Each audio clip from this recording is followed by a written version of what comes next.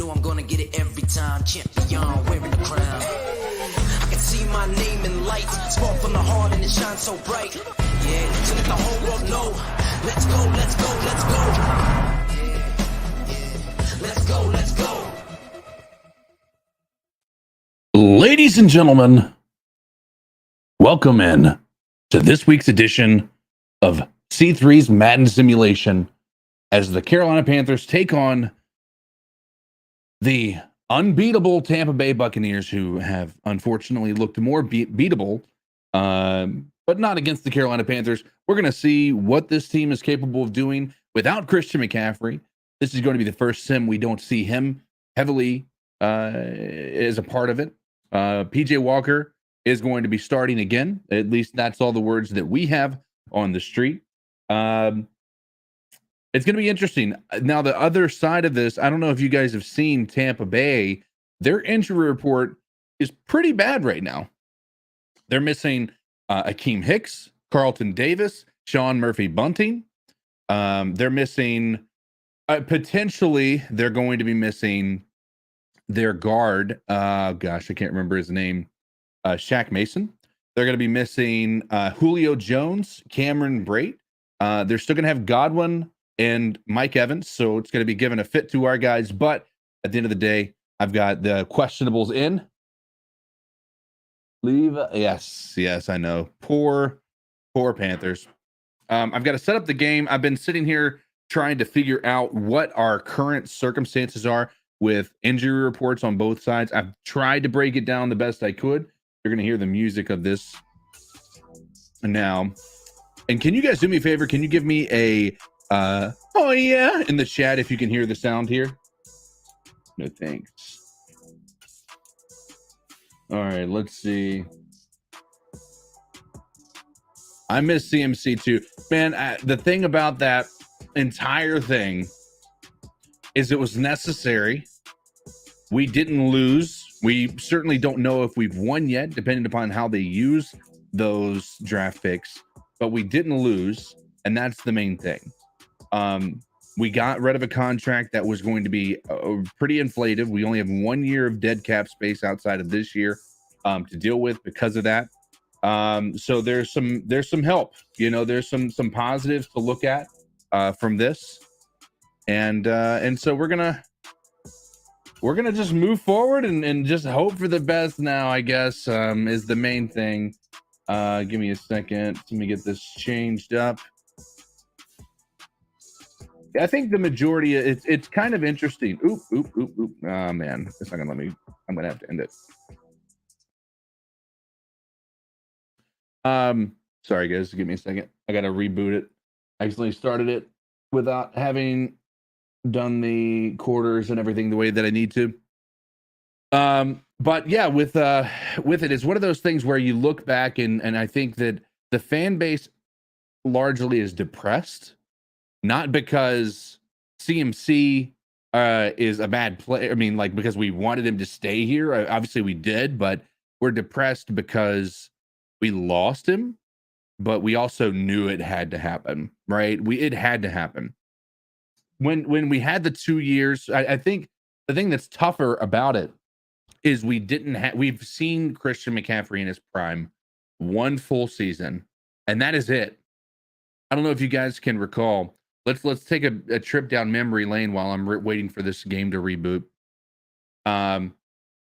His first year in the league, he was drafted in 2017, right? That was the year that we went to the playoffs. The last time we went to the playoffs, we still had Jonathan Stewart on the team at that point in time, and hopefully that's not glitching out. We had Jonathan Stewart on the team still, and so he was splitting reps, and it was very one-dimensional. When he came in, you knew it was a passing play.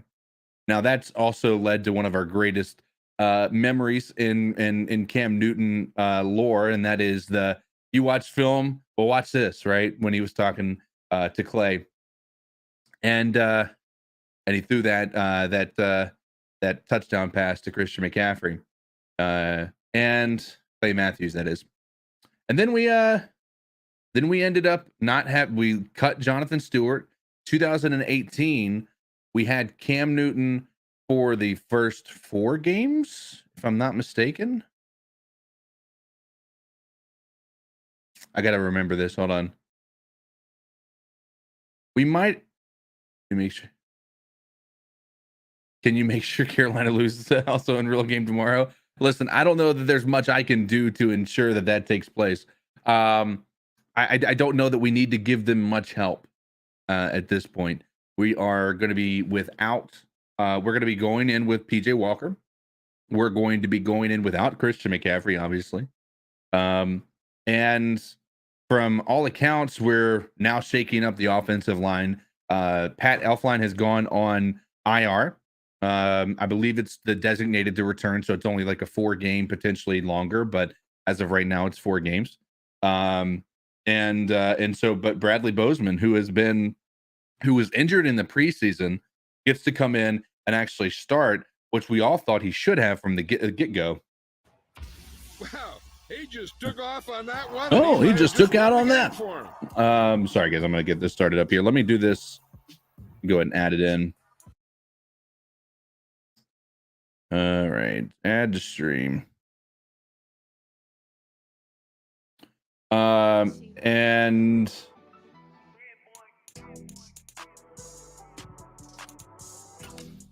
let me load. I have all of my I have mine saved under the Rams just so it's easier.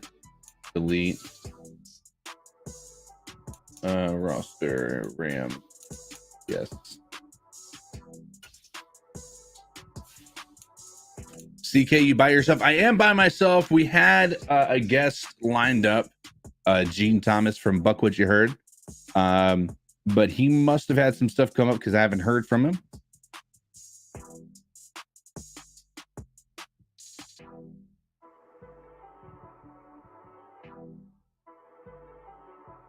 All right, so we got that updated.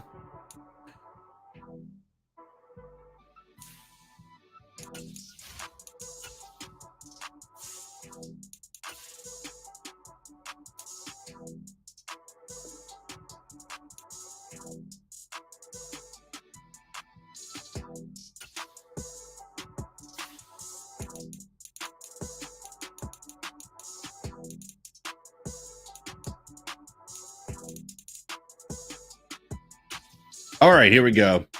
I did, well, sort of. I haven't played the. So I'll tell you what I did with Modern Warfare 2. I got Modern Warfare 2 from a buddy of mine. He had a free code, if you will, and so I didn't pre-order it, so I don't have access to that campaign yet. But I am looking forward to it. Modern Warfare's campaign from 2019. Unmatched in any Call of Duty, in my opinion. So super excited about what they're going to be doing with this one. But anyway, here we go. Ladies and gentlemen, we are going to have another edition of the Madden simulation. As you see, Tampa Bay is traveling to Charlotte to take on the Carolina Panthers. And in this simulation, you got to keep in mind, we are without Christian McCaffrey. I should have Great out. I should have Julio Jones out. It should have Carlton Davis out, Sean Murphy Bunting out. You're going to have Akeem Hicks out. You're going to have, obviously the IR moves that we have and whatnot. If you see anybody that's supposed to be out, I tried my hardest. Forgive me. But nonetheless, let me turn this down a little bit. It looks like we're going to be receiving the kick here.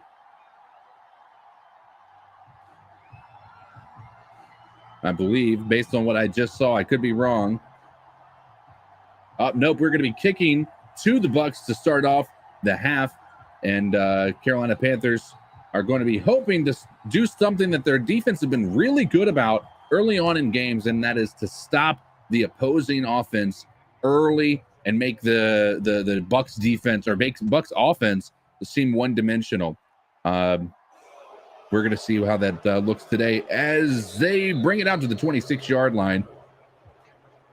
Tom Brady's going to come onto the field with a bit of a beat-up offense, offensive line trouble, wide receiver health issues, his own personal life issues. But it's hard to count out a guy like Tom Brady, who has proven everybody wrong in every possible category, every single chance he has. But when you have a host of weapons, like he said, he came in one of the best situations that you can ask for as a quarterback with Chris Godwin, Mike Evans. At that time, they had O.J. Howard, who has been largely a bust at this point in time, but and one of the best offensive lines you can ask for in football. This year, it is different. As Tom Brady takes the snap under center here, Lenny is going to get the first. Nope, it is a play action. Tom Brady with all day, no pressure in his face, and he finds his guy out in the flat who's able to get past the first tackle and gets 19 yards on the first play of the game as Rudolph, I think, is out. I don't know why they got him in here. I could be wrong. He might be back now, but he's been injured as well. But it didn't show up on the injury report, so if he's not on IR, he might be back this week. But that's Kyle Rudolph. I might have said Mason Rudolph. But nonetheless, I don't want a number one overall. Hey, listen, you don't want the number one overall? Or I do want, yes, absolutely we do.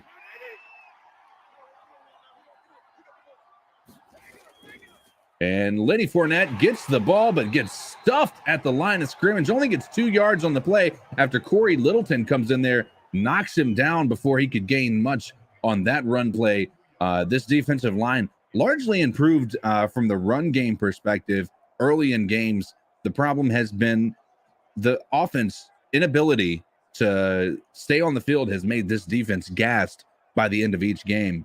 It's been an unfortunate turn of events. But this defense, by all accounts, should be really good.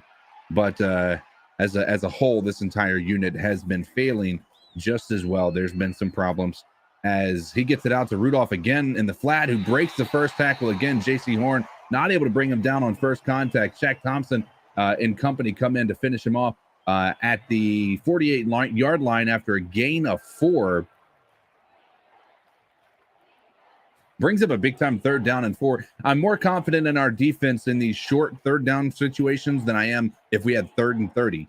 They seem to always give those up, but we'll see what they're able to do here as the Bucs, Tom Brady tends to find an open receiver somehow, some way, shape, or form. This offensive line somehow standing up, and he gets an interception as...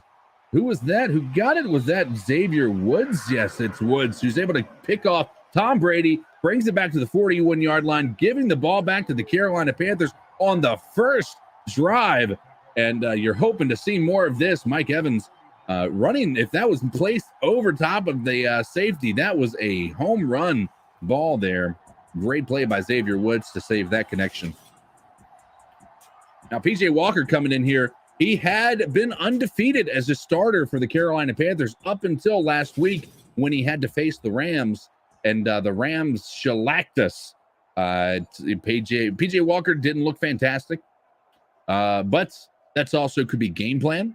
It could be that there's PJ Walker isn't that good. That's been a question mark on many people's conversation pieces when it comes to PJ Walker, but he has another opportunity this week to go up against a really good defense, albeit a bit injured.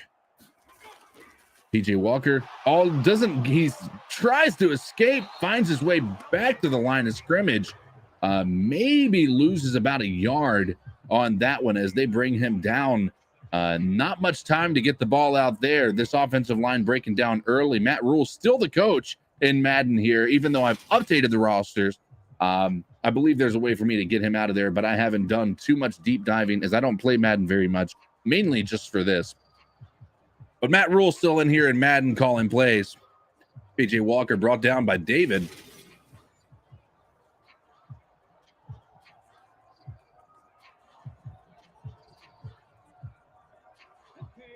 Just needs to have him start running. Yes, well, it's he's going to be running for his life without a guy like Pete. And there he goes again as he's dropped behind the line. Brings up a 3rd and 14 as he's sacked for 2 straight plays, 2 back-to-back plays, I should say. And the defense may be needing to lace up their shoes and tighten up their helmets, or however you want to call it, to get back on the field if this offense can't find a way to get 14 yards on this down. Not a great way to start your first drive of the game for the Carolina Panthers offense, but would you expect much less at this point? As Christensen looking like a absolute dog over there. And what I mean by that, when I say dog, ginormous, completely fictional representation of him. I would be suing Madden just like Matt Rule probably did last year as the term rat mule was coined. PJ Walker takes the snap out of the shotgun. Nobody in the backfield. He tries to go for it. He runs. He's going to get the line to gain. He makes the first down. PJ Walker using that athleticism that we didn't see much of last week. We're going to see if they're going to implement that this week, but he finds a way to get a big-time first down for a team that has largely struggled there.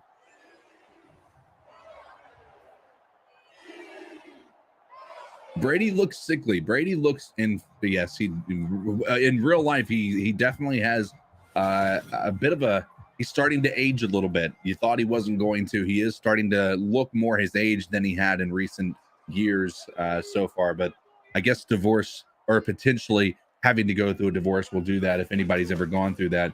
And that's going to be a pitch back to Hubbard, who's got all day in front of him, not able to make the next man miss, only gets 8 yards, but could have been so much more if that was Christian McCaffrey. You know, Christian McCaffrey would have made that nice little cut move, got back on the inside, made that guy look silly.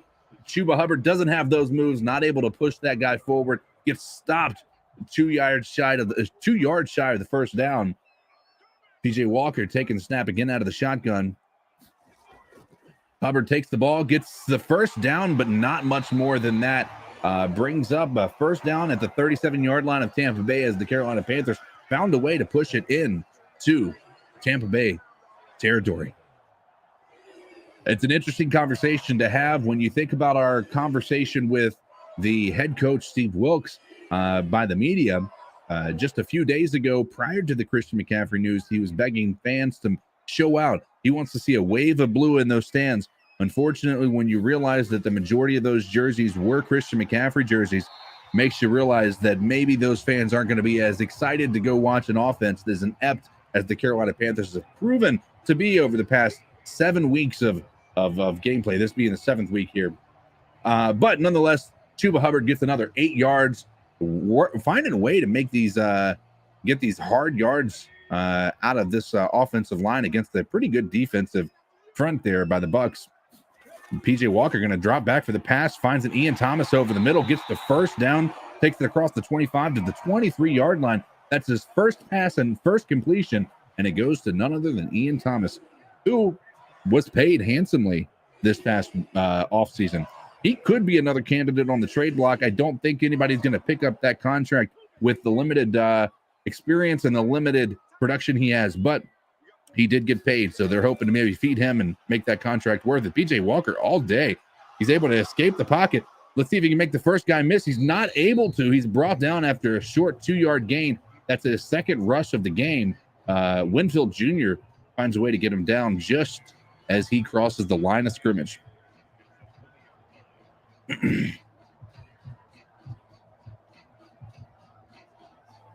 Guys, if you're doing anything for me on this, I need you to do one thing. Hit the thumbs up, whether you're on Facebook, you're on Twitch, on Twitter, or you're on YouTube. Hit that thumbs up as Chuba Hubbard gets eaten up at the line of scrimmage. No gain there. 4 rushes for 18 yards. Not fantastic when you think that, when you think about an offensive line that has been largely improved. Chuba Hubbard not giving a lot of people excitement when it comes to his production on the field. We saw him last year. He wasn't a game changer, which you hope to have in a running back drafted as early as he was. And PJ Walker, third down and walking again. PJ Walking, this should be his name at this point in time in Madden. PJ Walking, that's what his name is going to be from now on, just like Rat Mule was last year. PJ Walking only able to jog to the first down, somehow makes it happen with Vita Vea on his back. Luckily, he's able to get down without taking any hit, gets it down to the 10-yard line. And they're knocking on the door here. This is a bit of a surprise by this Carolina offense, who has been on their heels all drive here, but they found a way to convert when it needed to. Third down, not its Achilles heel today. PJ Walker takes the snap. He throws the ball out to the flat to Chenault, who may or may not be active tomorrow, I believe. We don't know for sure, but I think we are expecting him to be there. He only gets a 1 yard gain.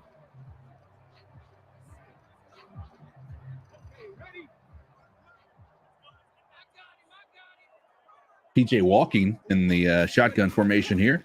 Takes the snap. Looking, he's going to run for it. Walking again, and he gets hammered, but he gets a nice little pickup, makes it a more manageable 3rd down and 3 as they, by the way, on the 3, so 3rd down and goal, really.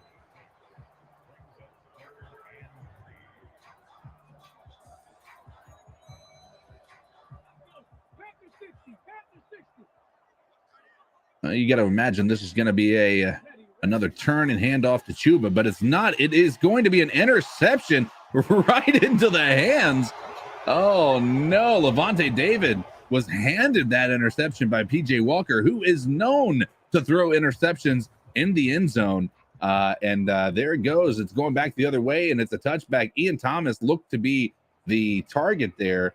It was in between two Panthers who were open. That was a touchdown if P.J. Walker were more accurate. Tom Brady gets another shot here as they're going to take it up to the 20-yard line, and he's going to have 80 yards to drive to try to make up for that first drive where he threw an interception. Right now, we're just handing the ball back and forth to one another. We can maybe just chalk that up to a punt. Early on in the game when we were 3rd and 13, that should have not been that should have not been converted. They found a way to make it happen.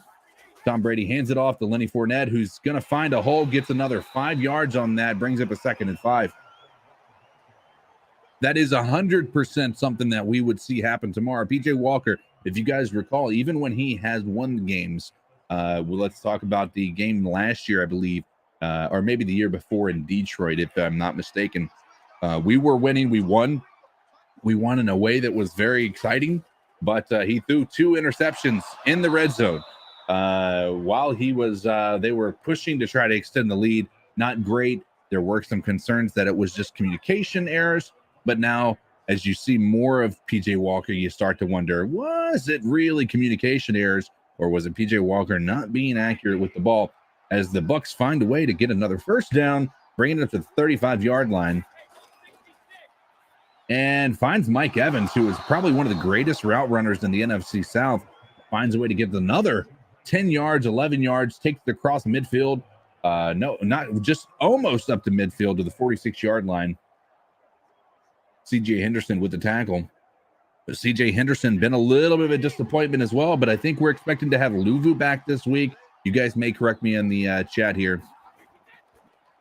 Lenny Fournette finding his way, nobody within hours of him, and he's able to bring it down all the way to the 24-yard line, 25-yard line of the Carolina Panthers after a giant gain of over 20 yards, almost 30 yards.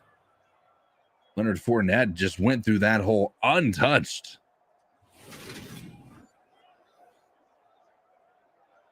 You might be right, but here's the thing, and here's where David Tepper might be right, and getting rid of a guy like Christian McCaffrey.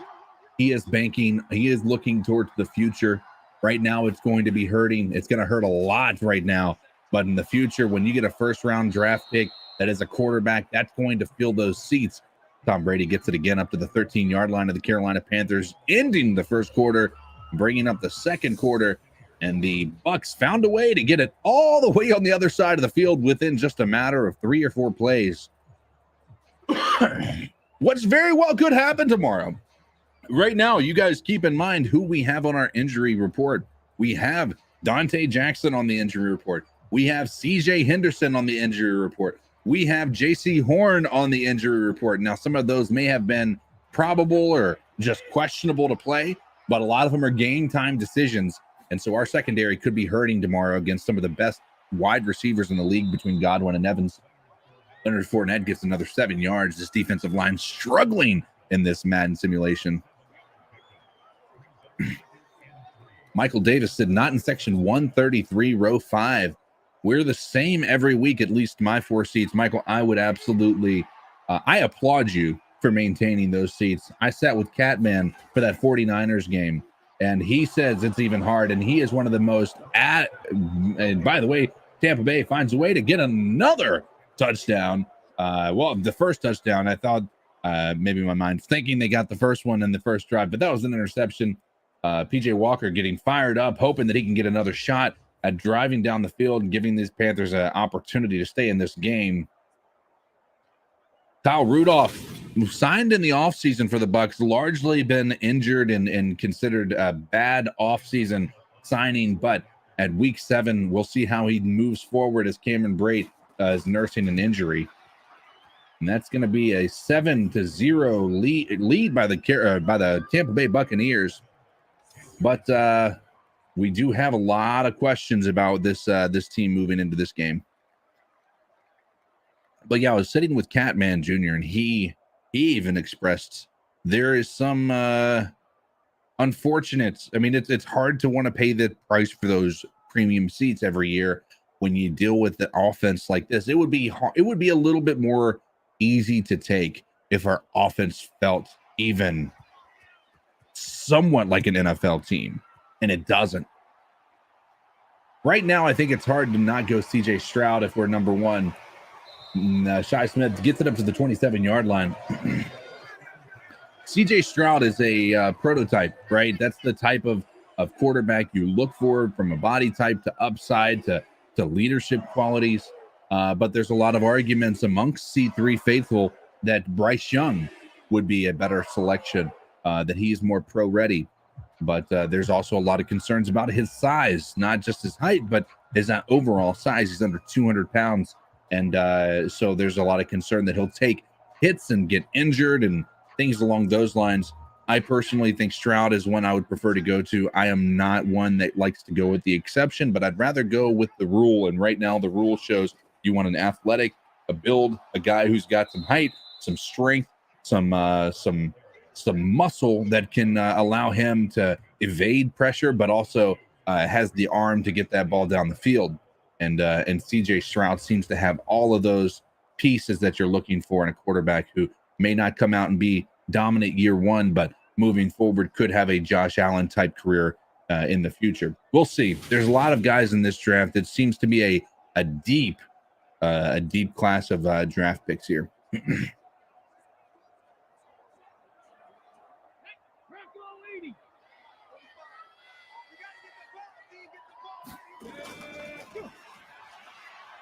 And there goes PJ rushing, trying to get back to the 25-yard line. Brings up a 3rd and 12, not able to get anything on that one. And another 3rd and long by this Panthers offense, who can't seem to do anything on the 1st and 2nd down of any of these drives. Luckily, Ryan, over on Facebook, we do, and I know, Cluck, I'm just letting everybody else know where you're at. We do, and there's just goes nowhere. Those are 3 yards past the line of scrimmage. We have one of the best offensive lines that we've had in years, in possibly a decade. So the hope is that getting a quarterback, getting maybe a tight end, maybe getting a middle linebacker, filling out some of those pieces is going to change the trajectory of this team.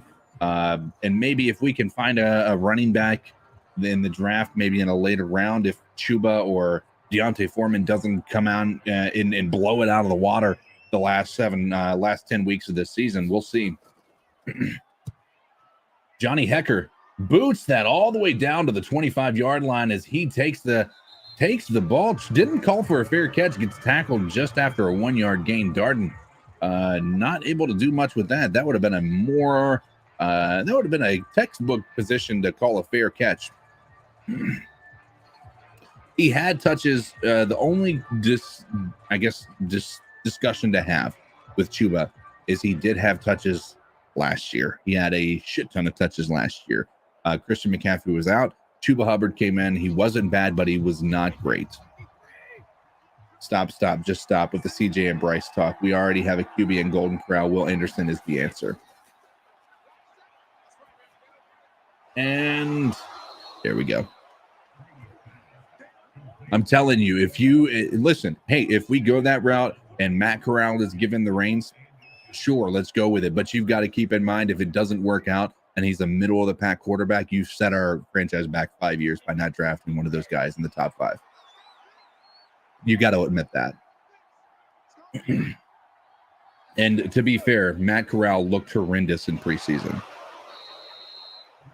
Looked not bad. He looked horrendous. I went back and watched every single snap of it, and it was not. There might have been one good snap from Matt Corral.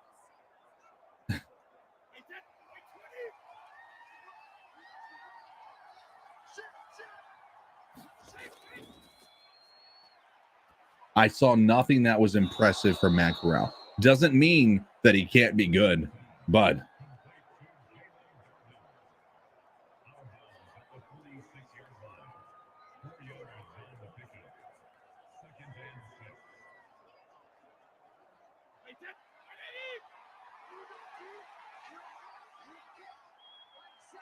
and Tom Brady takes it from under center, hands it off to Leonard Fournette, who's not able to get any room. Gets a 3rd and 4 coming up here with 6 minutes left to go in the half. Carolina Panthers defense trying their hardest to get off the field and get a little bit more of a breather as this offense of the Carolina Panthers just stinks. Young looks legit.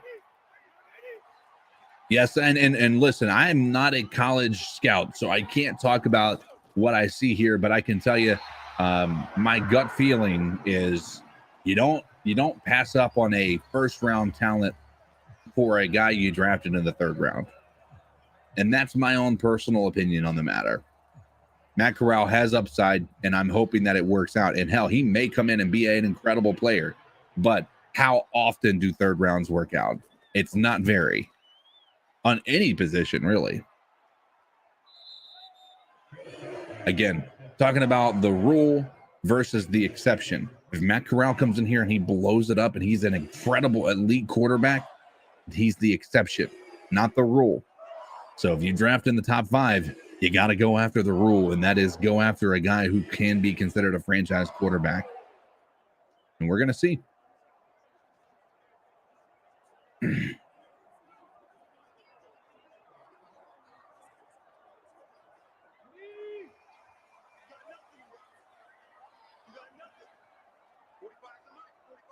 Michael Davis, I would love for you to throw that out there. And DJ Moore gets a nice little short pass, turns it into 20-yard gain, gets it up to the 33-yard line.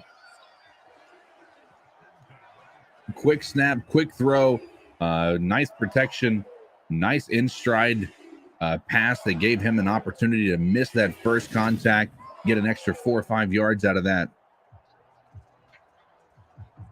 We can wait for Archie Manning. I don't know if I want to wait that long.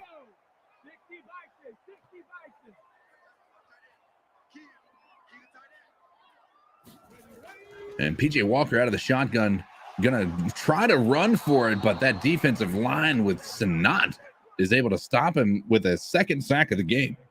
Brings him a 2nd and 15.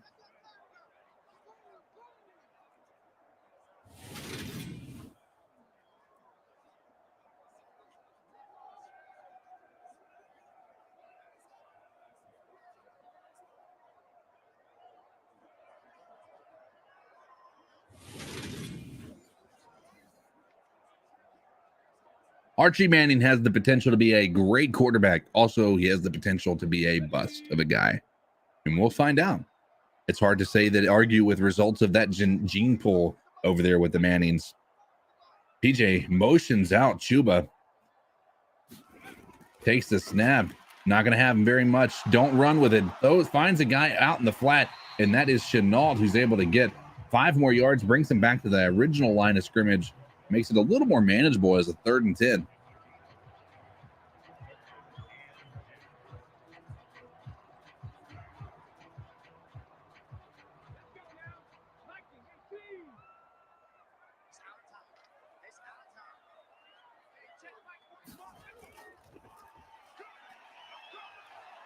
PJ Walker slides short of the line to gain, and he brings up a 4th and 3. If you're going to run for it as a quarterback, when 3rd down, you've got to put your body on the line and dive head first to get those extra yards. Madden doesn't seem to understand that. Brings out Austin Hecker. What is his name? Johnny Hecker, Austin Hecker, who's able to get it down to the 10-yard line, brings it out to the 14. And he has been a fantastic addition to the special teams unit. Unfortunately, we're wasting his talent at the end of his career on a team that just doesn't know. Well, maybe we're not wasting it. He's getting a lot of punting in. We might need to get another punter just to come in and relieve him towards the end of the year, because he's gonna be winded.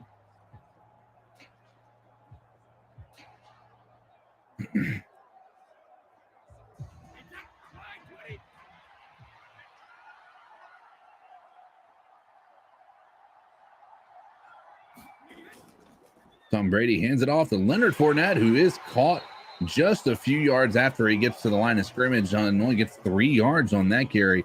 And there's 3 minutes left in this half. Remember, the Carolina Panthers do get it back at the beginning of the first half, but the Bucs are hoping to make this a little bit harder for the Panthers to come back. And we know that we don't have an offense to catch up when we're behind. And our defense certainly has a little bit harder time when we're not winning. Oh, Tom Brady takes a big hit, but he's able to find Kyle Rudolph out there across the line to gain, brings up another set of downs here. 3 minutes and counting on the clock here. Tom Brady is up and seems to be okay, but that was a heck of a hit on a blitzer from the edge. J.C. Horn right up on the line. J.C. Horn dropping back into coverage, not blitzing, showing blitz, but he's able to get the tackle there after a 9-yard gain. Tom Brady looking very efficient since that interception in the first drive. Already 100 passing yards just a few minutes before the end of the half. And that was Russell Gage.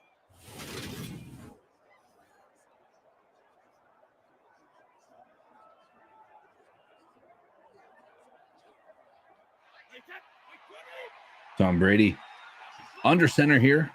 Leonard Fournette in the backfield takes the snap. He's got all day, gets the first down, and takes it up to the 39-yard line.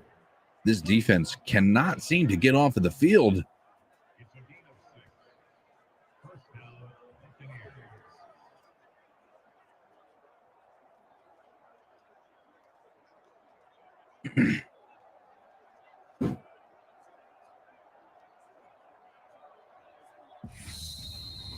And that is the 2-minute warning as the Carolina Panthers are down 7.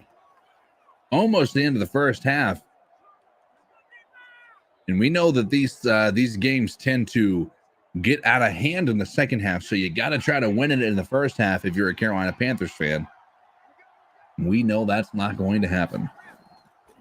And it intercepted right across the middle. Shaq Thompson, who has been amidst those trade discussions amongst fans at the very least, is able to get the interception with 1 minute 56 seconds left in the half.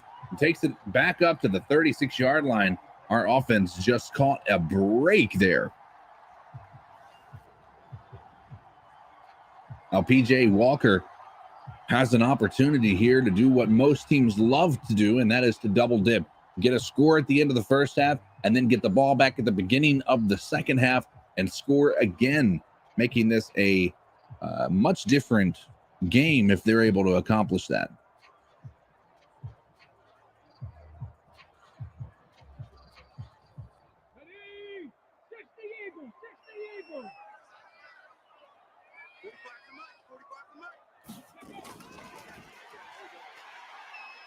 DJ Walker finds DJ Moore out of bounds, though. DJ Moore not aware of where his feet were in Madden. And that brings up 2nd and 10 with 1 minute and 51 seconds left.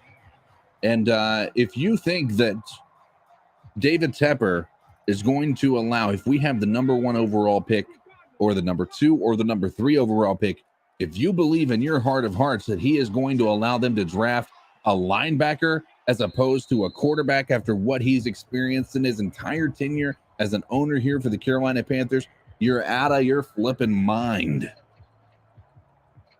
If you really believe that they're going to try to draft a linebacker on the hopes that Matt Corral is going to be a good quarterback, I promise you that is not going to happen. PJ Walker finds Poor decision there to throw that.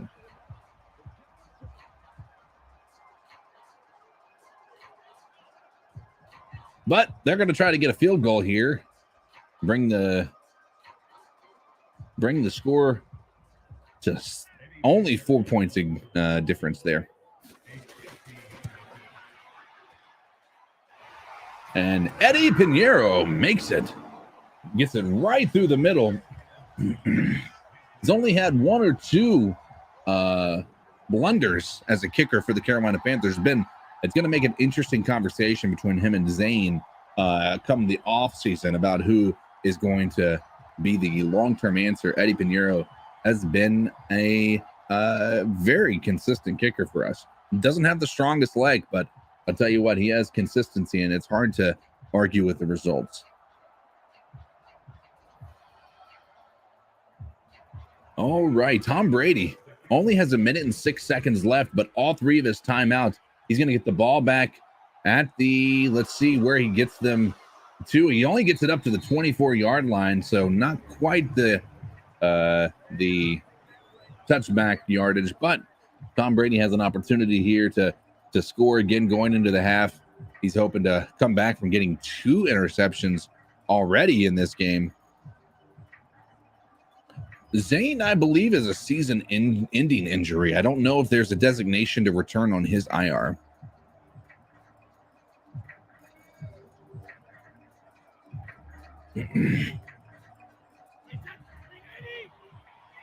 Yeah, listen, that would be a bit of a one that's hurting too, because he really wanted to be here. Tom Brady all day finds Godwin over the middle. They're going to take a timeout as he only gets 9 yards, brings up a 2nd and 1. Dante Jackson is an interesting conversation. I don't know that he would warrant more than a third. But because he is young, I think there is a chance. I think you shouldn't trade him for anything less than a second.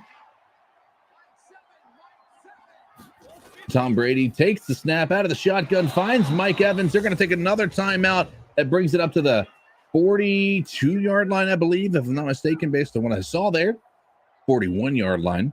53 seconds left. One more timeout for the Tampa Bay Bucks. But Tom Brady is a legend at doing that.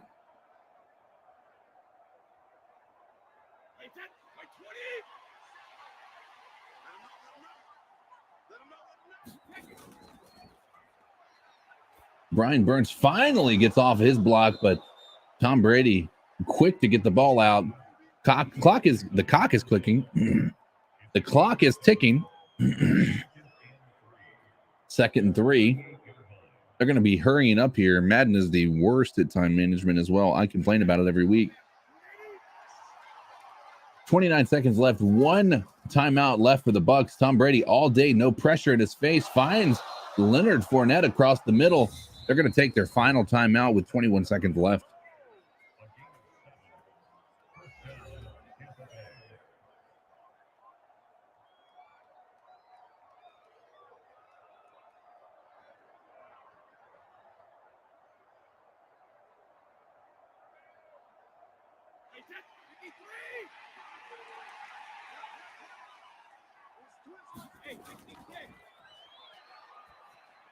And finds Mike Evans, who's able to get a bit of yardage there. They're going to try to probably get up here and spike the ball. 7 seconds left. Let's see if they're able to make it happen. They only have 4 seconds, 3 seconds, 2, 1, and it's going to go into the half. They weren't able to make it happen. Tom Brady is way more efficient than what they were showing there on the screen. Rat Mule making his way back to the locker room, praying, thanking God that they weren't able to score any points there at the end of the half, as they're going to get the ball at the beginning of the first half. Right now, the score 7-3 as they go into halftime. Largely a defensive game. Leonard Fournette has been unstoppable, but they don't seem to hand the ball off to him very much, as he is getting 4, 5, 6, 30 yards per carry, as it were. PJ walking back to the field. That was a quick halftime show. Oh, excuse me. I'll tell you what, I've watched a lot of these. I've played a lot of the Maddens, and I'll tell you what, they just haven't gotten better.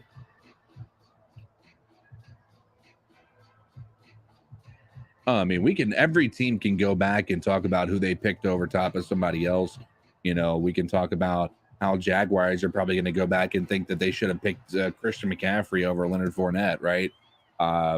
The revisionist history is one that's it's easy to go back and wish we had done things differently. J.C. Horn is a lockdown cornerback. Micah Parsons is a good player too. Don't get me wrong, but J.C. Horn was feeling a need that we absolutely had at that time. Micah Parsons didn't feel an immediate need for us. We had Brian Burns. We have at that point in time, we felt like we had a good core of defensive starting linemen, and Micah Parsons is largely a pass rushing linebacker. He isn't a coverage linebacker. They tried to do that early on in his rookie season. They had to adjust, and that's why he came in and he just destroyed the league. And Chuba Hubbard able to get a few more yards on that one.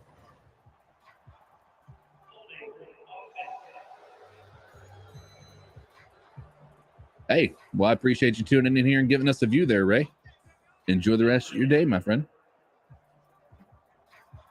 Just something to do on a Saturday night before the Sundays. So we do this every week. Feel free to come in here and enjoy some more content. Roosevelt Mungo, what Madden 08 was one of my favorites.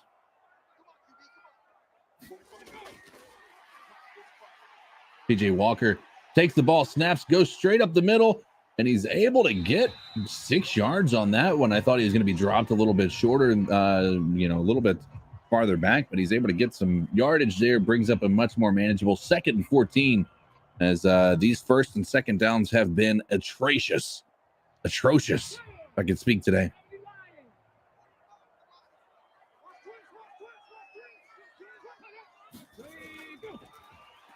PJ Walker, back shoulder throw to Chenault, gets it up to the original line of scrimmage.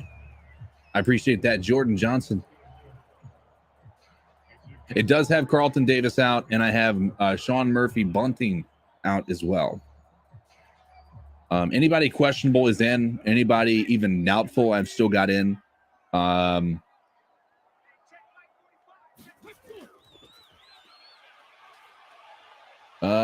PJ Walker not able to break enough tackles there, if you will, to get up to the line to gain. Brings it 4th and 4. They're going to be getting the ball back to the Buccaneers for their first drive of the second half. Shaq being traded would not be a big trade. It's a big trade because he's our starter, but it wouldn't be a big trade in the blockbuster aspect of it. Whoever's trading for him isn't trading for a guy who's game changing their defense. And if he does get traded, it's not because of anything it's not because they're just trying to get rid of draft picks. I think Shaq Thompson bought into Matt Rule's message wholeheartedly, entirely. He ate it up. I believe that with the fire of a million suns, if you will. And so I think that could be a decision to move on from a guy who's probably having a hard time transitioning from a guy he bought into. You guys are going 1-16. That's the hope I think many of the people in this chat room would probably agree with you on. At this point in time, it is a losing season. There is no hope.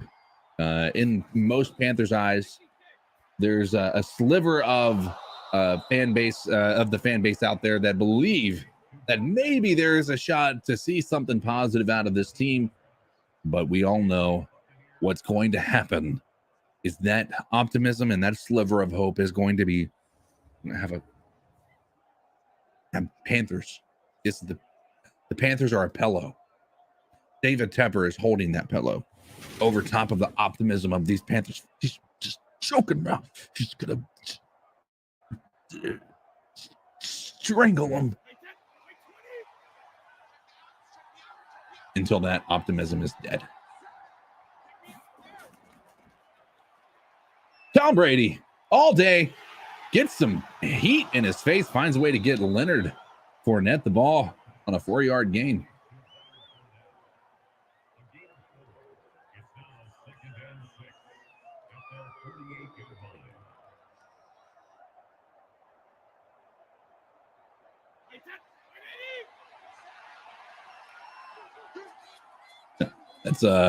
It's hysterical. No future.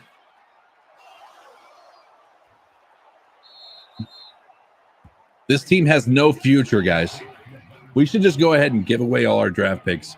You guys got to remember the Saints were once the Aints. The Buccaneers were, for a large portion of their entire existence, a laughingstock of the entire NFL. The Browns were the Browns, remember? Hell, the New England Patriots had a stretch of having no future. There's not a single team in this entire NFL that has no future. It's a absolute fallacy to assume that. Now the future might be a little bit farther down the line than many of us want to hope, but to say there's no future, you're kidding yourself, brother. Hopeful wishing, I think, on your part.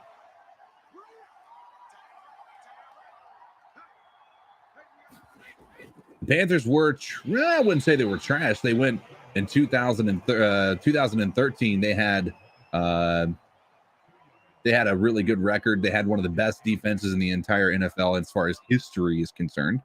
2014 was a tough year, but we still made it to the playoffs. In 2015, obviously, was our 15-1 year.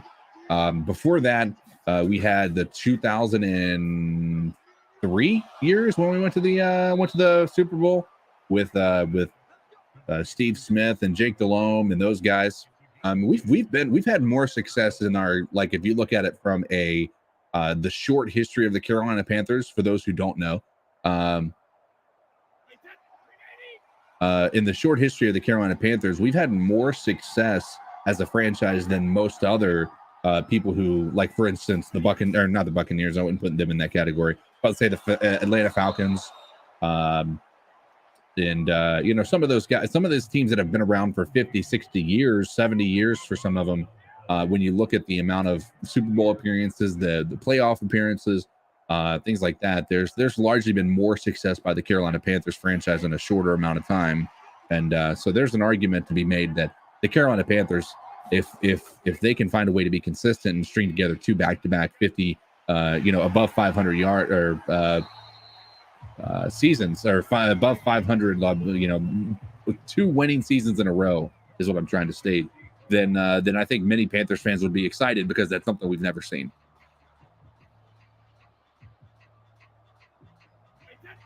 Oh yeah, dude, the last 5 years have been abysmal.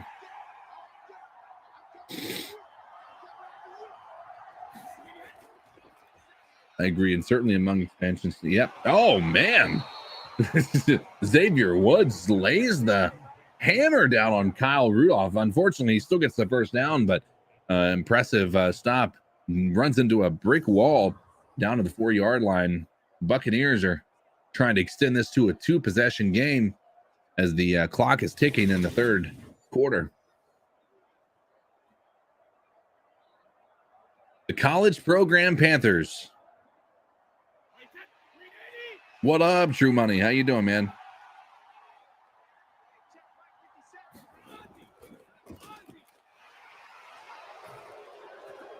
And Leonard Fournette pushes it across the goal line, extending the Tampa Bay Buccaneers lead, pending the field goal to 13-3.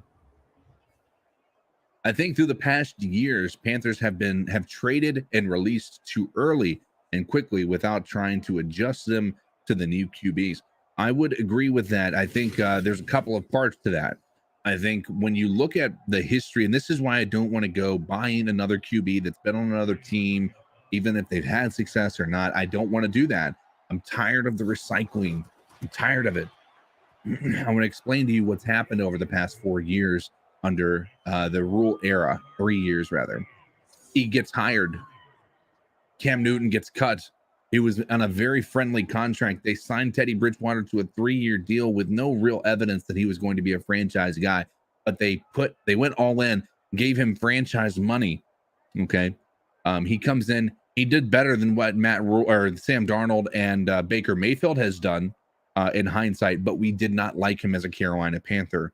We didn't like we thought that it couldn't get worse as far as a stagnant offense. It definitely got worse, but he just didn't fit the bill because we had been so spoiled by a guy like Cam Newton. Okay. So they cut him. Matt Rule's first action as a head coach essentially is to cut Cam Newton off the team on a friendly deal, sign Teddy Bridgewater. Okay. Second year, they cut Teddy Bridgewater. I'm sorry, they trade Teddy Bridgewater for basically nothing. They eat all of his contract for the most part, and we pay him for the next 2 years. Okay. Teddy Bridgewater was on the books for us last year and this year as far as dead money is concerned. All right. We trade him. He's still getting a lot. Then we trade for Sam Darnold. We give a second and some more for Sam Darnold. But not only do we trade for Sam Darnold, we pick up his 5th-year option with not him never even playing a snap for the Carolina Panthers and not ever showing that he was going to be a franchise guy. So they gave him $17 million for this year before we even saw him take a snap for the Panthers. All right. So, but we also traded a second that was a valuable second because we finished so low in the league last year. Made it even harder, made it even worse. So this year we decided to trade for Baker Mayfield. All the while, keep in mind, we're still paying Teddy Bridgewater this year. We're still paying Sam Darnold this year. And now we're paying some of Baker Mayfield's contract as well. And we traded, didn't trade much, but we traded for him nonetheless. Gave away a draft pick that was going to be needed this year. Okay. So at the end of the day, and in those years, we've passed on guys like Mac Jones, Justin Fields. Last year was tough because we didn't have a second round pick, but you can say we passed on Kenny Pickett, we passed on Malik Willis, we passed on everybody, and then we got to Matt Corral. We traded up for Matt Corral. Mind you, we traded up. Right now, that trade up is looking harder and harder because we gave away a 3rd round for this upcoming year as well. So we don't have the 3rd round. That makes that 3rd round more valuable for the Patriots. Matt Corral gets injured, and we're going to be potentially drafting the guy this year. So that was a worthless pick at 3. He's going to be a backup. But let's talk about where we're at and what the decisions were that led us here. We were constantly buying quarterbacks. We were buying quarterbacks every single year, and we weren't buying proven quarterbacks. We got rid of a proven quarterback, even though he had been injured 2 years in a row, 2 separate injuries, but nonetheless, Cam Newton, don't get me wrong, he hasn't looked the same, and I'm not going to sit here and defend that. But nonetheless, he was under contract with us. He knew the team. He was a franchise guy. He put the butts in seats, right? Everybody that came to the game loved the Sunday giveaways when the football was going to the people in the stands, things like that. He got rid of him for a Teddy Bridgewater because he won 5 games in a row on the Saints squad 2 years prior while Drew Brees was injured, with Sean Payton at the helm and with the weapons that they had. But they decided he wasn't impressive in that, so they gave him a 3-year contract for that. It's been a lot of buying high and selling low. And luckily, there's one thing that is positive that you can all take to the bank, not just the Bank of America Stadium, but cash this check tomorrow. We don't have a quarterback under contract other than Matt Corral next year. Not one. We've been paying quarterback contracts for 3 years that have been just horrendous quarterback decisions. We don't have a quarterback under contract at all next year other than Matt Corral. Praise Jeebus. I have been waiting for this moment, and we're finally here. Now back to the game. Tom Brady trying to get another score here. I didn't even know how we lost the ball to them again, but at the end of the day, this seems a believable outcome here. Tampa Bay unstoppable against Leonard Fournette. 7 receptions in this game. The Tampa Bay Buccaneers heard that we got rid of Christian McCaffrey and said, you know what? Let's take a page out of their book of what he could do on the field and make Lenny Fournette look like he's a version of Christian McCaffrey in this game. 3rd and 1, Leonard Fournette not able to get to the first down marker. Minute and 11 seconds left in the 3rd quarter.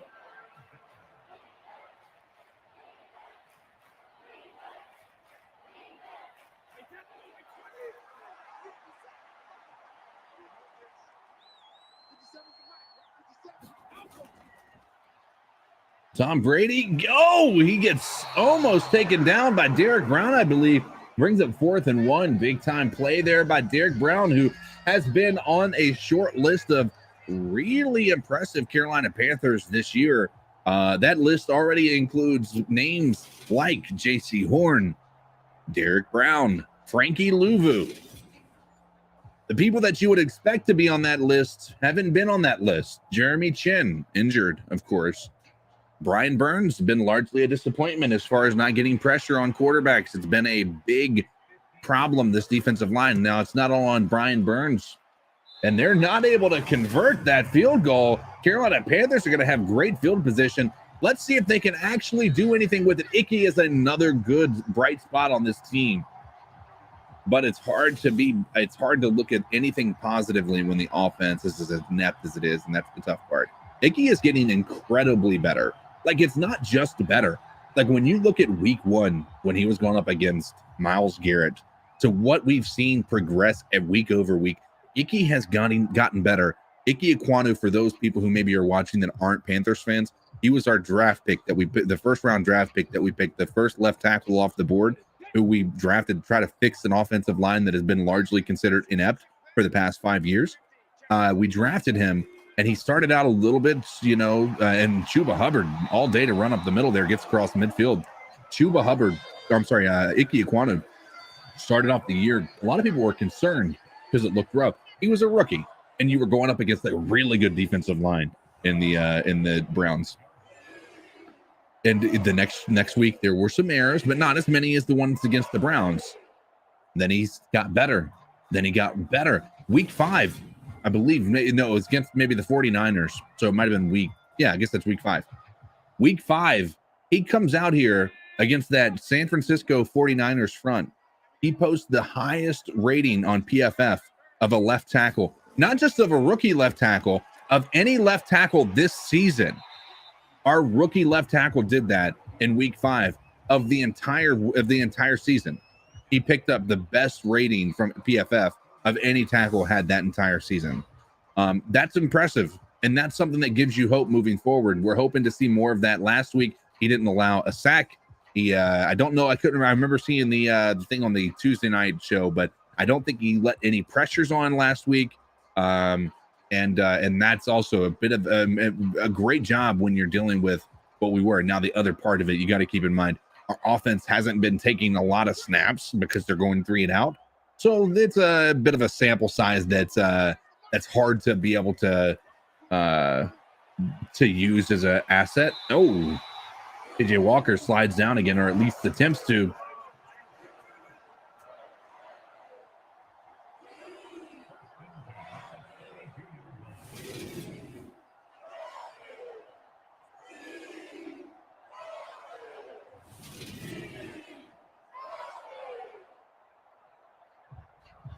Yeah, that retirement from Luke was soul crushing for a lot of people. We had started to see the decline. I think a lot of us can agree with that. The defense was struggling even with him on the field. Certainly not as bad as it had when he left, but we started to see the decline, and the concussions certainly were adding up, piling up. So I don't think anybody can blame him for retiring. But when you're adding the fact that we're rebuilding the franchise with a new coach and Matt Rule, they let go of Cam Newton. His last year was he retired the year Matt Rule was hired, so he never played for Rule.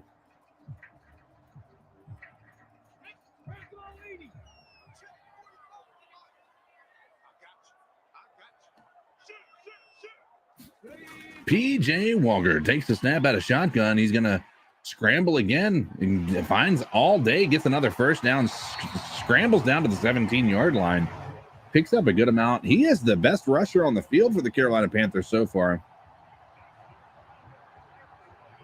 Yes, Olsen went, but he went, I think he got released the year before, though.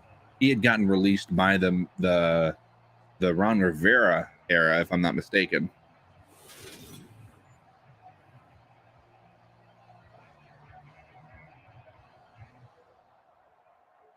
In 5 months, we lost. So Greg Olsen was a part of the same, right?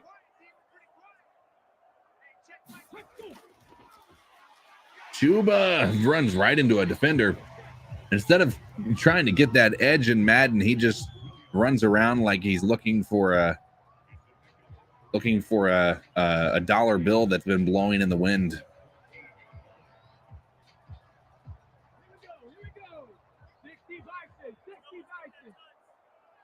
I think they have to do a more aggressive play calling. Some of their best cornerbacks are out in this one. Oh, he rolls over and gets the first down. Chuba Hubbard down to the 6-yard line. They're missing a lot of pieces on that defense. If you're not airing it out, I don't know what the problem is. Last week, you can argue that they didn't because they had Jalen Ramsey. They had Aaron Donald. This week, they're going against maybe a bit of a more, I wouldn't say a injury riddled, maybe a bit of a limping Bucks defense.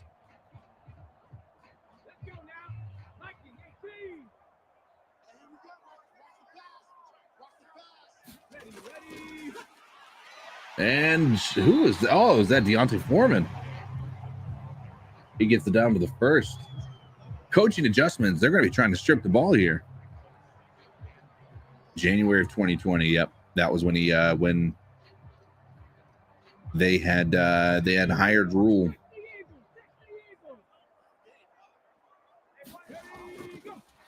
And Chuba makes it across the goal line, and somehow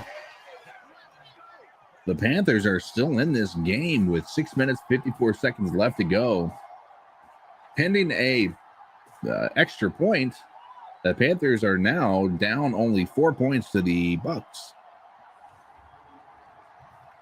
Yeah, the Bucks, the Rams offense they had Van Jefferson out and Cam Akers, and their offensive line should have been easy to pick apart. We didn't do very good picking apart the offensive line.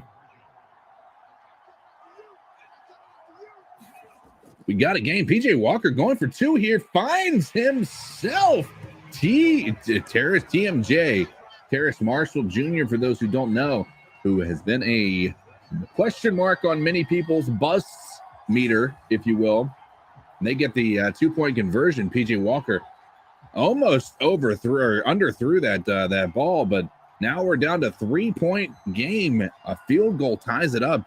If the Panthers defense can find a way to stop this Tom Brady-led offense, then the Panthers in the stadium here, those fans, those animated fans that are standing up and on their feet and so excited about this Carolina Panthers team, are going to be excited to walk away with a win against Tom Brady in the Bank of America Stadium for potentially the last time as his retirement looms. I want to see Brandon Smith on the field, damn it. I'm a 100% with you, Spencer. I want to see more of him. I want to see more of, who was the other guy? We've already stopped playing them they look so good. Amari Barno. I want to see both of those guys in because they looked really good in preseason. And I know, take it with a grain of salt, it was preseason. I get it. But damn, I want to see those guys in there. Tay Hayes will be active this week, by the way. He has been activated from the practice squad. Phil Hoskins was released, though. And it's a 4-yard gain there to Kyle Rudolph. All right, let's talk about this. Let's keep our listen, you guys have allowed me to get off on a tangent. I'm supposed to be calling a game over here, for heck's sakes.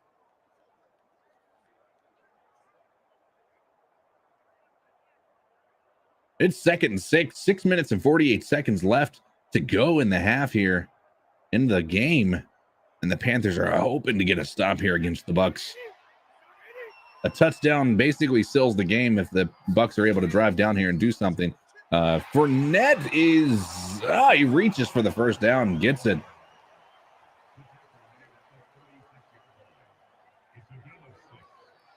I would trade Burns for 2 firsts. Absolutely. I would do that in a heartbeat. For 2 firsts, hell yeah, I'd do that.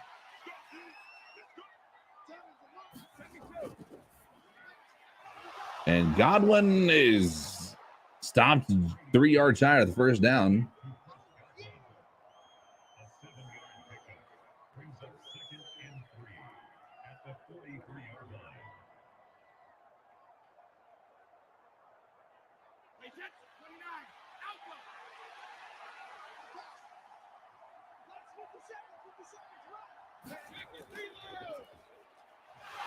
Oh, nice stop there by Damian Wilson. Again, another signing in the offseason that has been, I wouldn't say they mean nothing. If it depends on now, if we're talking 2 firsts in 2023, yes, I'd do it. If we're talking about 2 firsts of 2023 and then 2024, I don't know if I don't know if I want to spread that value over that amount of time. But if we can take 3 number 1 over like first round picks, if we can take 10% of the first round picks and the entire in the entire NFL for the 2023, I'm down for that. Leonard Fournette finds a way to get across the line to gain, gets across the actual midfield and or gets up to midfield, I should say. 5 minutes left in the game.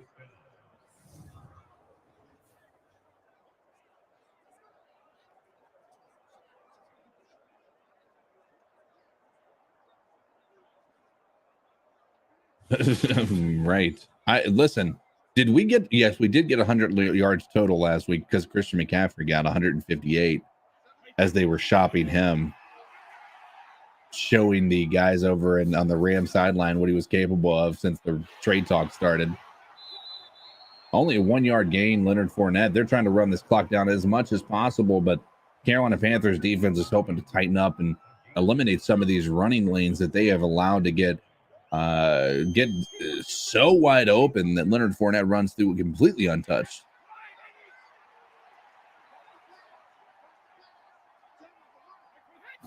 And Tom Brady finds his guy who reaches across for the first down, and that might be the dagger that puts this game on ice. Right now, closer game. It's a much more defensive minded game here as the score is 14-11. Bucs are now in potentially field goal range. And Tom Brady gets taken down by Shaq Thompson for an 8-yard loss, and they are no longer in field goal range. That's what you need from a defense really trying to get off the field and give their offense another shot at winning this game.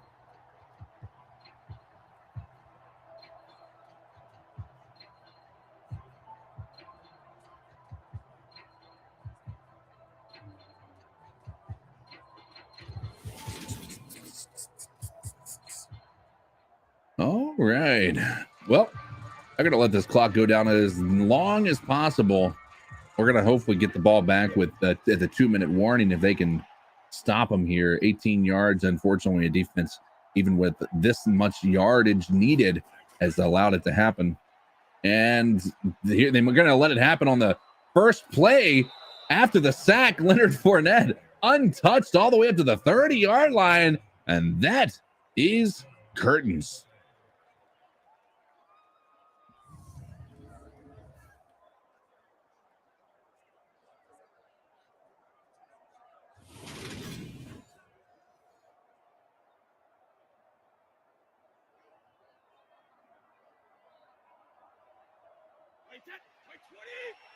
Oh, shit.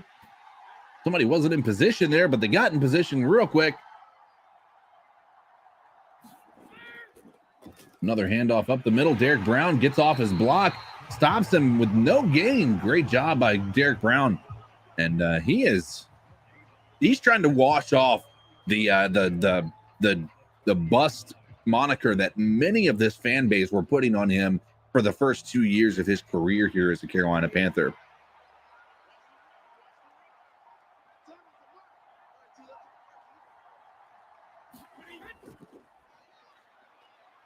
And Tom Brady goes backwards. Oh my God, Matt Ioannidis. By the way, he is out. I thought I got him out. He is there. That he will not be in. But Bravion Roy will be. He's coming back from IR. Yeah, they said they're going to have him as a red zone package. So if you have him on a fantasy league, it might be worth it to keep him there, but I don't know if he's going to be the guy. And they stop them, and they're going to take a timeout. And are the Bucs going to try to go for a field goal here? Are they going to try to punt it? Is the real question. 38. They went for it last time. They went for the field goal, and they missed short by about 5 yards. We'll see what they decide to do here. They're going to try to get the field goal. I think this will miss. And it is. It's far from being in. And the Panthers have great field position to try to take this down and tie it up or potentially win it with a touchdown. Big time play by the defense, getting that sack. Matt Ioannidis, who is dealing with a concussion and not playing this weekend, is in there getting sacks. And Tom Brady not able to throw the ball away.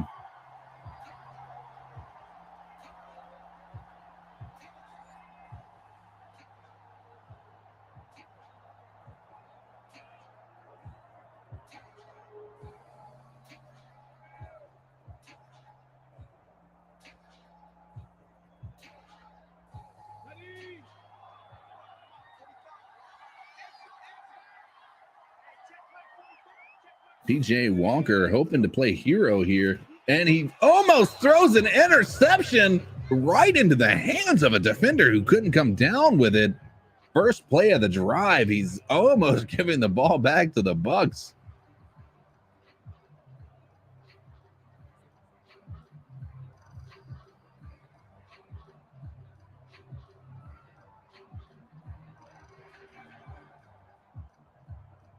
Oh, I think so, without question, Michael. That's also a part of that whole conversation. I don't think we'll tank. I don't think there's any part about what we're going to do that's going to look like tanking. That's why I don't think they're getting rid of more than they are. And Chuba Hubbard not able to do anything. 3rd and 11, and this is 4 down territory here. Bad decision making to get that out. Chuba Hubbard doesn't have the acceleration or the burst to try to escape a tackler coming in from the edge, and brings up a loss of a yard on 3rd and 11 with 1:41 seconds left to go in the game. Down by 3. This is live, Leon.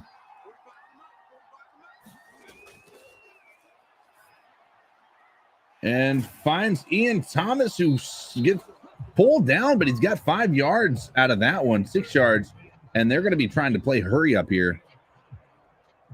It's not, Leon. This is Madden.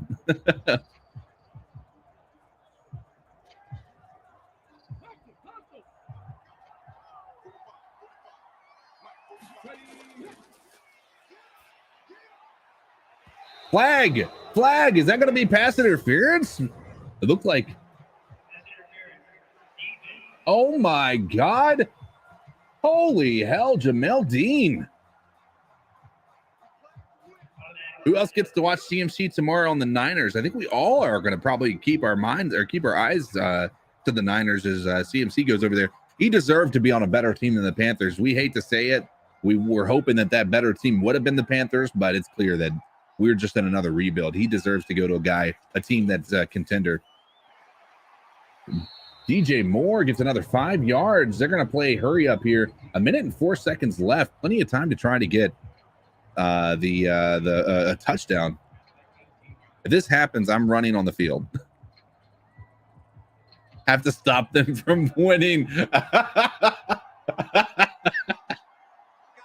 Oh man, PJ Walker takes the snap at a shotgun. Almost again, if there was a defender there, that's going the other direction. We're going down tomorrow. Yes. CK, did you see Robbie videos of how open he was against the Rams? I didn't get to see that much. No. I didn't go back and watch too much of the Rams. It was too painful.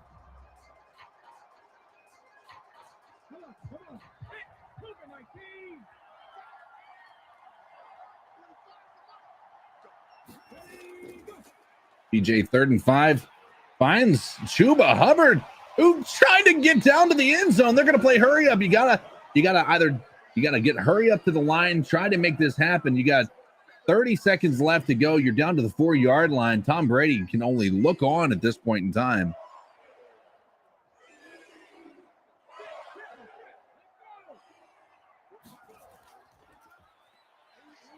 PJ Walker gonna run in to win the game. PJ Walker finds a way to make the Panthers look like they're competent in a win against the Bucs, whereas that could be a failure on the Bucs. I don't know. The Bucs have been a bit of a question mark this year. Somehow in Madden simulation, they got us winning with PJ Walker and without Christian McCaffrey. I don't know how. I don't know why, but the Panthers win, and Madden somehow believes that we're a better team without Baker Mayfield on the field. Unreal. By the way, guys, I changed nothing but the rosters to indicate who is active and who is not. I'm telling you without question, this is all luck of the draw. Everybody's gonna be mad we're winning.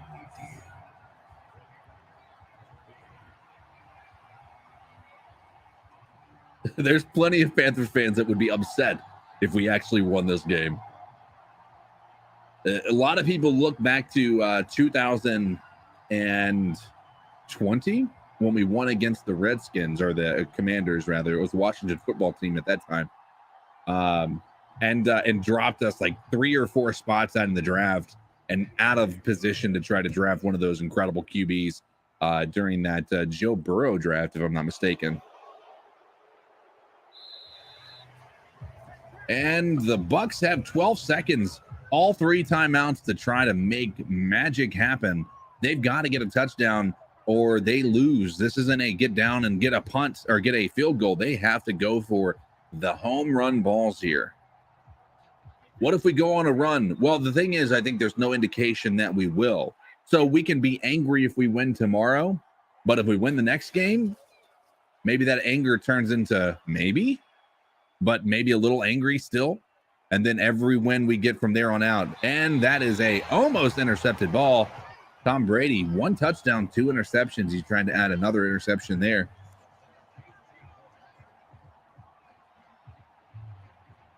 But I think we should just take it 1 week at a time. Tomorrow, we will be mad if we win. If we go on a run, we won't be so mad. But we will be mad tomorrow.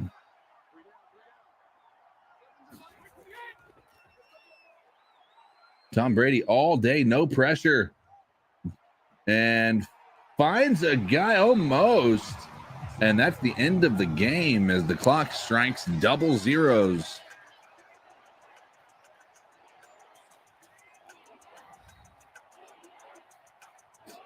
Neon Dia.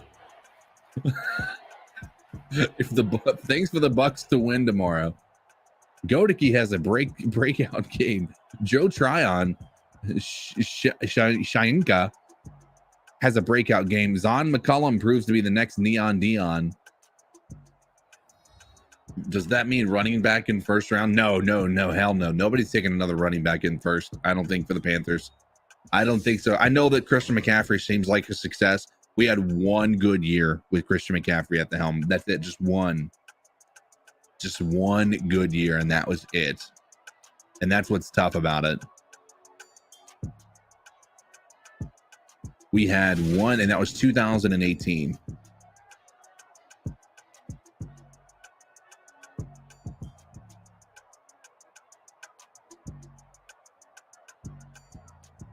We had the 1 year in 2017 where he was splitting reps with Jonathan Stewart.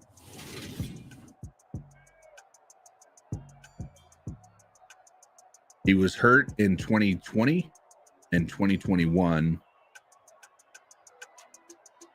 Gotta look at his stats again. I forgot. Well, I think it was 2018. It was the year, maybe it was 2019. Did he play with Jonathan Stewart on the team 2 years before?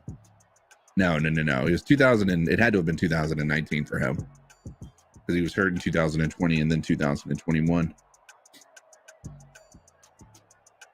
But here we go, ladies and gentlemen. The Panthers find a way to pull out a win in Madden simulation with PJ Walker only completing 58.8% of his snaps, and Tom Brady somehow over 80% and almost 200 more yards than PJ Walker throwing the ball. But 2 interceptions were their undoing for the Bucs, as they were heavy-handed and they were going to be very likely to win this definitively had that not occurred. And they had 2 missed field goals as well by their kicker. So these are difference makers, and these are balls that don't normally bounce the Panthers' way. Here they have in this Madden simulation. So if you guys are hoping to see that, I'm not necessarily here for the live chat. We've got a pretty good idea about what you guys think. But if you're watching this after the live stream, comment below what your thoughts are. Do you like the idea of the Panthers winning tomorrow? And tomorrow meaning Sunday, October 23rd. Or do you look at the Panthers as a tanking type season, and if we win, do you just scream at your TV at the top of your lungs just in anger as though we were losing a game that mattered, right? Do you look at it that way if we win? Tell us in the comments. Be sure, do me a favor, hit that like, hit that notification bell. Come back every single Tuesday. We're going to be here after the game tomorrow. We have the post-game show as well. And we do the Friday free-for-alls. We have the beat check, and we have this every Saturday night at 9:30. I can't thank you guys enough for tuning in. I do have to tell you, good shit, Cody. We'll talk to y'all tomorrow night after we get blown out. Hey, listen, as long as we get blown, I'm good with it one way or another. So that being said, and that's on the internet now forever. So if I ever run for president, you guys go ahead and clip it, send it, sell it to the media. They'll be ecstatic to see that. I'm not going to be running for politics, by the way. Anyway, guys, I appreciate you. We're going to be back tomorrow, and we will see you live on the C3 Panthers podcast. Until then, the music going to stop for a second. Until then, I will say, which one should we do? I'm going to do the outro here. I just don't know which one we should do. I'll just do this one that's normal. Until next time, keep pounding.